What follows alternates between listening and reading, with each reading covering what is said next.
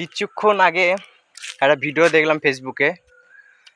সেটা পোস্ট করেছেন news ATM Bangla Facebook পেজে।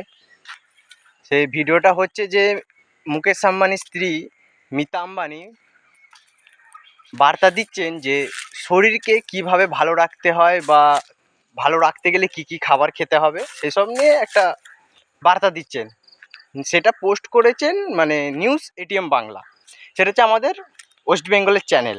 ঠিক আছে, খুবই ভালো কথা, পোস্ট করছে, বার্তা দিচ্ছে শরীর ভালো রাখা, সেটা কোনো অসুবিধা নেই। আমার কাছে একটাই প্রশ্ন, যে আমরা এতদিন ধরে তাহলে কি করছি? আমরা মানুষকে আমরা খারাপ বার্তা দিচ্ছি নাকি? আমার তো মাথায় ঢোকে না। আর আরেকটা আমার মাথায় ঢুকছে না, যে মিতা আম্বানির একটা জুতোর দাম 2 থেকে 3 লাখ টাকা, 10 লাখ টাকা, 50 লাখ টাকা হয় কি করে? এতদিন আমি বুঝতে পারলাম যে নিউজ চ্যানেলগুলো ভাই চেটে চেটে পাতলা করে দেয়, আর 5 লাখ টাকা 20 লাখ টাকা দিয়ে তারা ভাই ওই চটি কেনে। এতদিন আমার মাথায় এইসব ঢুকলো, আমি তো জানতাম না। যে আমি ভাবলাম যে এতদিন হয়তো আমরা খারাপ বার্তা দিচ্ছি মানুষকে, যে খেলাধুলা এগুলো করা উচিত নয়, খাবার দাবারগুলো এগুলো উচিত নয়, কিন্তু মিতা আম্বানি যেগুলো করছে সেইগুলো ঠিক। এটাই আমি বুঝতে পারছি। কিন্তু আমরা দেখো, এই যে আমার চটিটা, এই যে 50 টাকার চটি, দেখো একদম নতুনের মতন আছে, কিচ্ছু হয়নি। কেন? কেউ চাটতে পারেনি আমাকে, কারো ক্ষমতা নেই, আমিও কারোর চাটিনি। আর এবার মিতা আম্বানির স্ত্রী, তার হাজব্যান্ডের পয়সা আছে, সে করতেই পারে, সেটা কোনো বড় কথা নয়।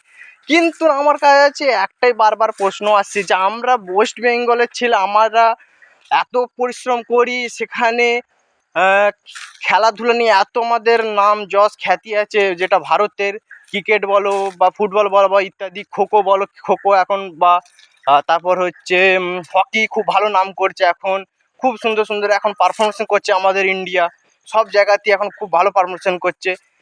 তাহলে আমরা কেন নিউজ চ্যানেল আসছি না কেন? আর আমরা যে এতবার নিউজ চ্যানেলকে ফোন করছি, ফোন করলে একটাই কথা, আগে পয়সা দাও তারপর ভিডিও। নিউজ চ্যানেল কি পয়সা নিয়ে ভিডিও করে? আর যে এমএলএ নেতা মন্ত্রীরা আছে, তারা যারা নিউজ চ্যানেলে আসে, তারা কি পয়সা দিয়ে আসে? What happened? আমরা কোথায় বাস করছি? হ্যাঁ, আমাদের ওয়েস্ট বেঙ্গলতে ভাই বারো করে দাও। আমার এরকম ওয়েস্ট বেঙ্গল লাগবে না ভাই, হাত জোর করছি।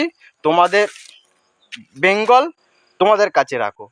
আমরা মনে হচ্ছে ওয়েস্ট বেঙ্গলের জন্য ভাই ভুল করে ফেলেছি, খেলাধুলো শিখে ভাই ভুল করে ফেলেছি, আমাদের আইনত শাস্তি দেওয়া হোক।